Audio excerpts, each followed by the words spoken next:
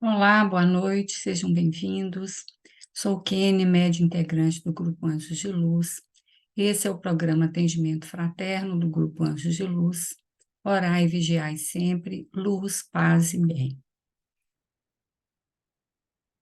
E antes de dar início ao tema do programa de hoje, quero convidar vocês a fazerem comigo o mantra do perdão, amor e gratidão do Grupo Anjos de Luz. O mantra nos conecta com o Criador. Caso queira, feche os olhos e repita comigo. Hoje me perdoo e nesse momento perdoo a todos. Peço perdão, sinto muito, eu me amo, amo a todos. Sou grato, estou livre, todos estão livres. Assim é, assim será, está feito. Amém, amém, amém e amém. Agora vamos rezar juntos o decreto dos servidores da luz. Pois cada um de nós é um servidor de Deus, luz maior a nos guiar. Fechem os olhos e me acompanhem. Eu sou um corpo de luz. Eu acendo a luz em mim e ao meu redor. Eu aciono as potencialidades cósmicas da luz para que vibrem em cada ser. Eu sou a luz. Eu sou a mais alta vibração de luz.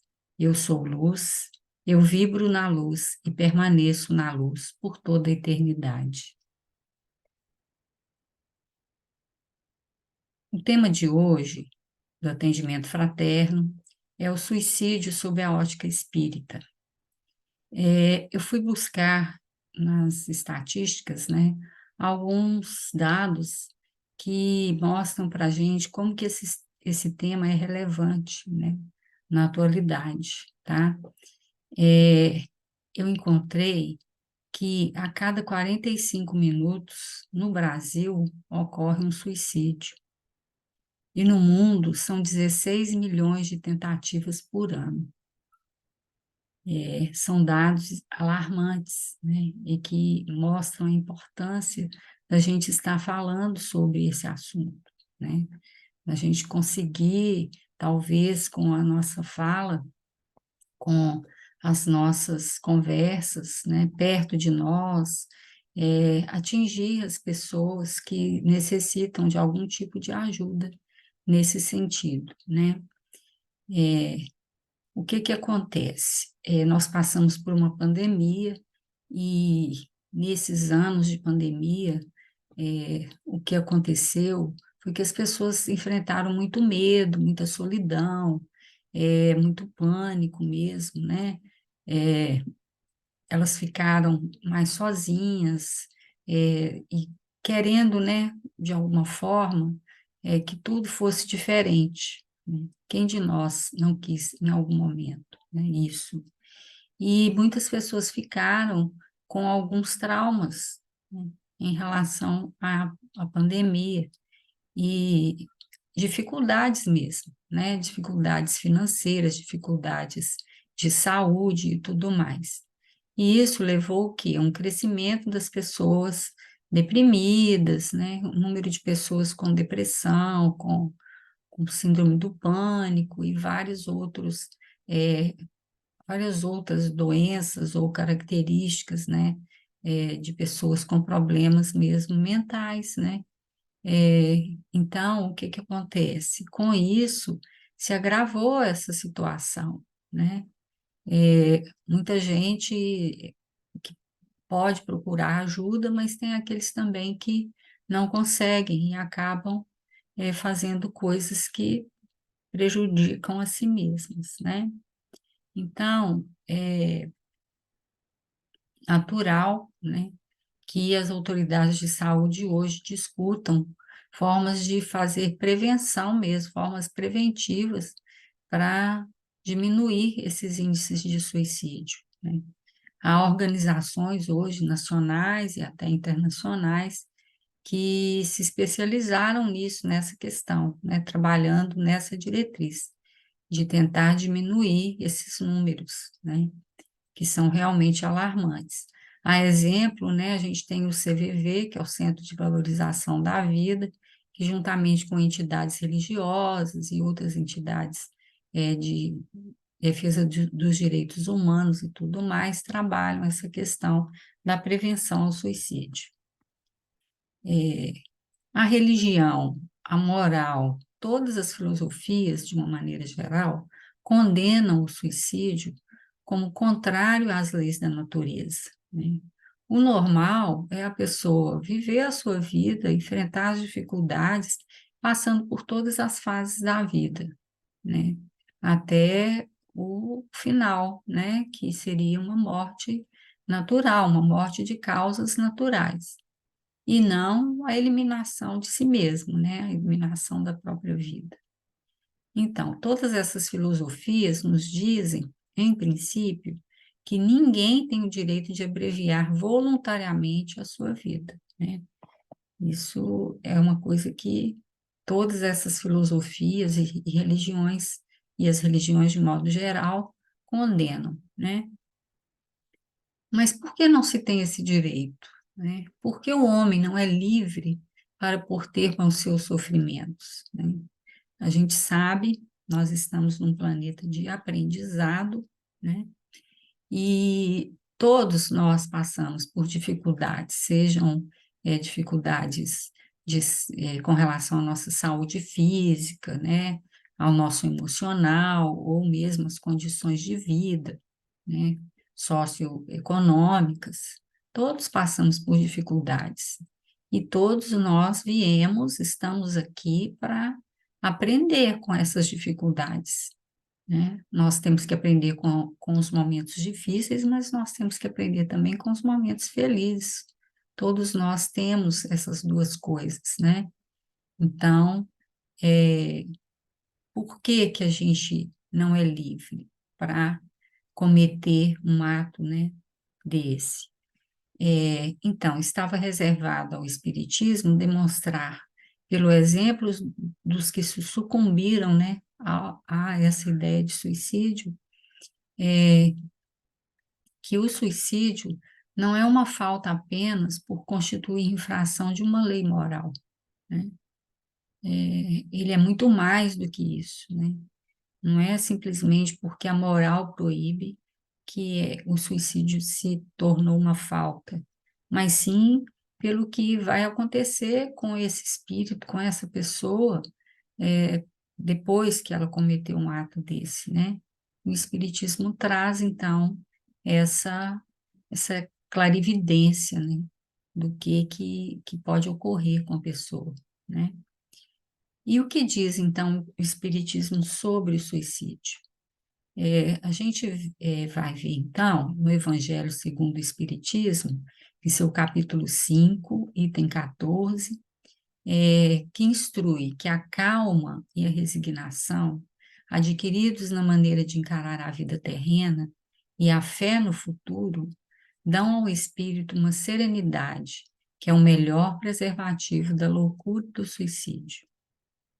Ou seja, a fé, a esperança, né, a calma, são antídotos contra a loucura e o suicídio, né? É isso que o Evangelho segundo o Espiritismo coloca. E na questão 944 do Livro dos Espíritos, de Kardec, explica-se, né? O suicídio não é o final do sofrimento para quem está na Terra, e está longe de ser uma forma de libertação. Engana-se o suicida que imagina que a autodestruição acabará com a dor e com a sua angústia. Pergunta: o homem tem o direito de dispor da sua própria vida? E a resposta dos espíritos vem, né? Não, somente Deus tem esse direito. O suicídio voluntário é uma transgressão da lei divina. Ou seja, se a pessoa que comete o suicídio pensa que vai se libertar do sofrimento, né? Ela se engana, porque depois, no pós-morte, né, o sofrimento dela aumenta, né? Por que isso? Porque quando ela desencarna, né, por uma ação que ela mesma cometeu, ela se descobre ainda continuando a viver, ou seja, há continuidade da vida. Então, todo o sofrimento que ela tinha antes de desencarnar, ela leva para o além-túmulo, né?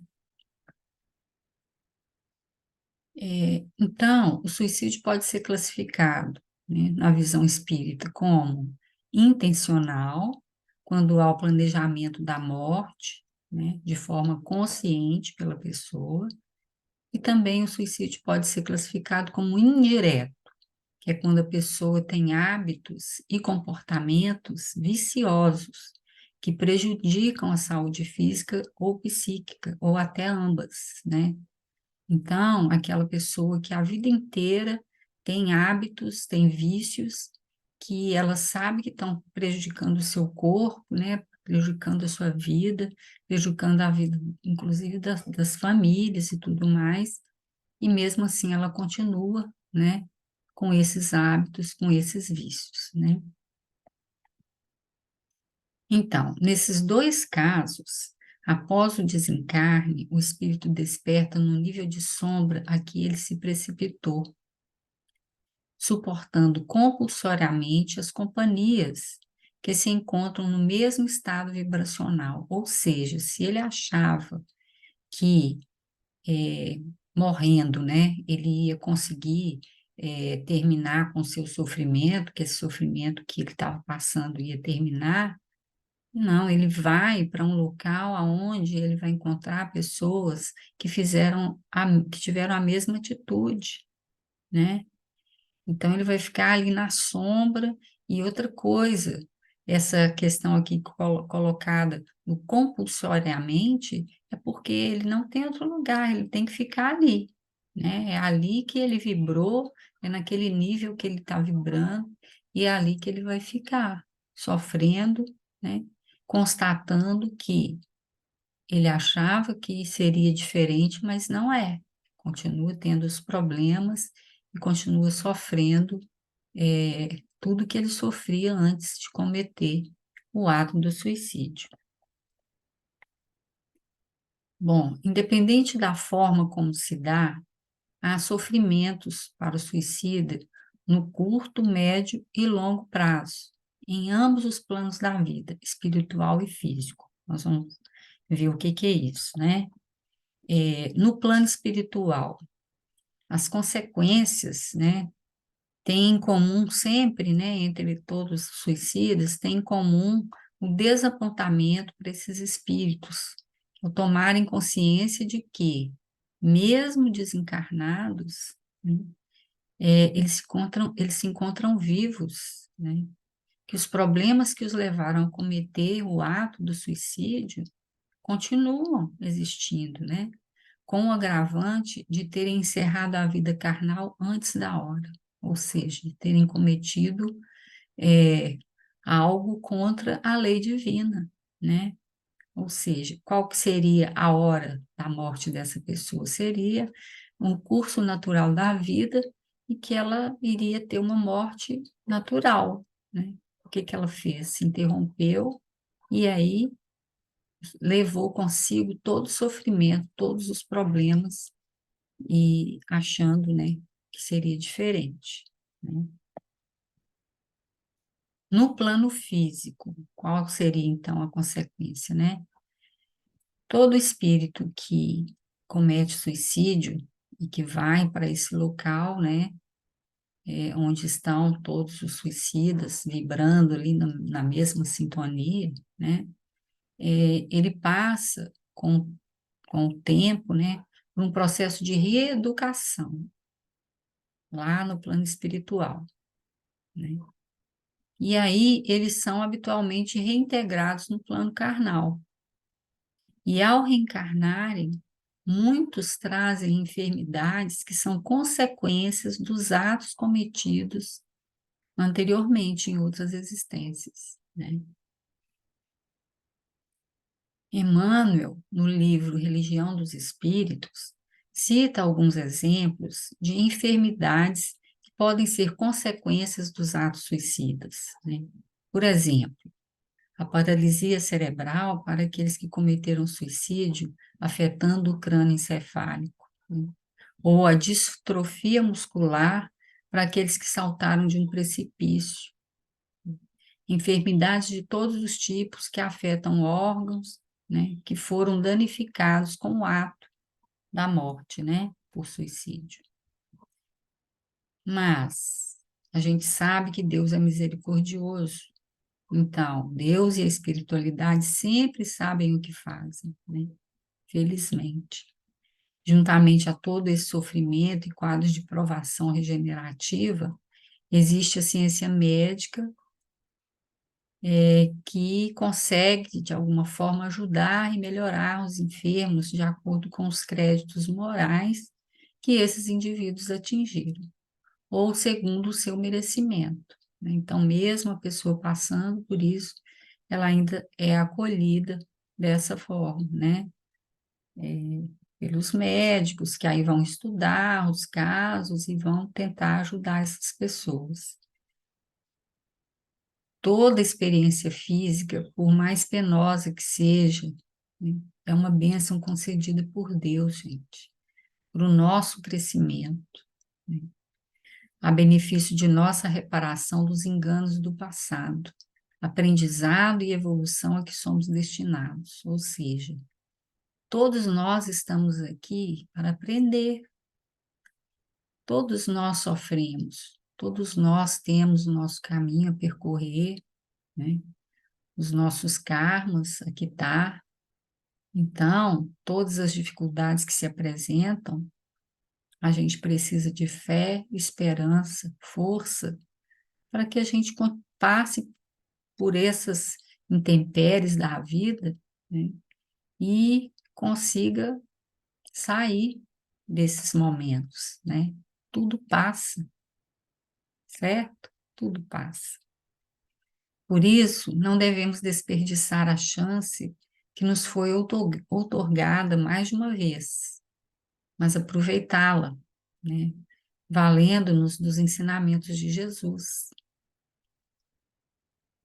o que ele nos deixou, né, para que aprendêssemos a nos amar, a amar a nós mesmos, respeitando as nossas vidas, nossos limites e oportunidades, para então podermos amar o nosso próximo como a nós mesmos, né?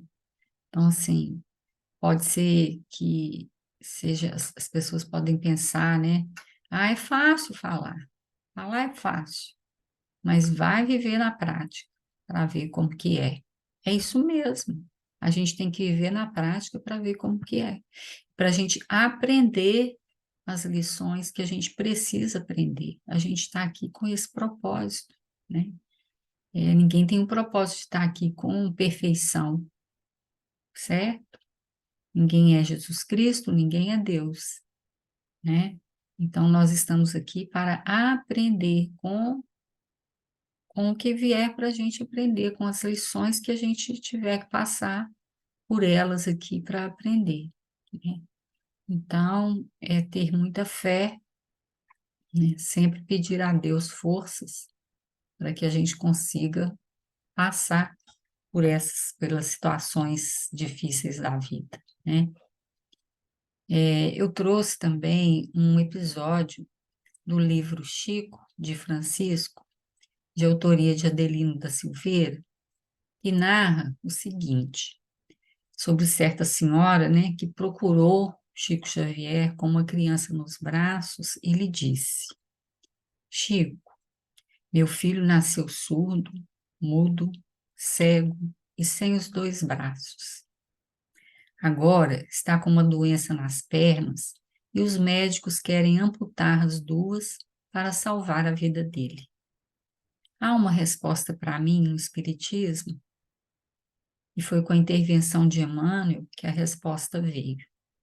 Chico, explique à nossa irmã que esse nosso irmão em seus braços se suicidou nas 10 últimas encarnações e pediu, antes de nascer, que lhe fossem retiradas todas as possibilidades de se matar novamente.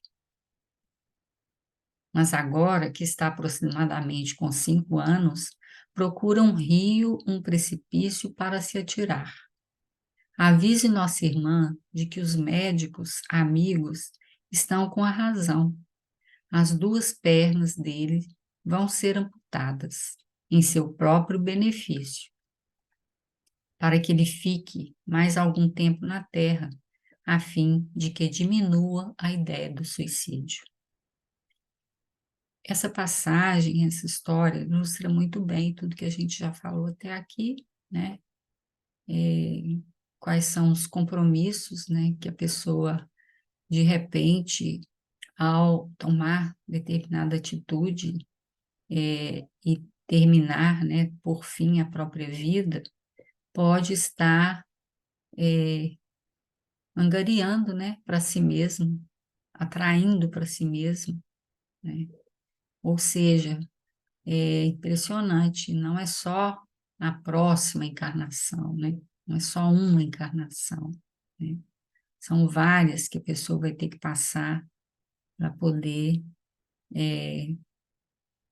sair, né, dessa sintonia, sair desse nível de pensamento, né? E quanto sofrimento, né? Quanto sofrimento é necessário para que a pessoa mude, né? Para que ela se salve de si mesma, né?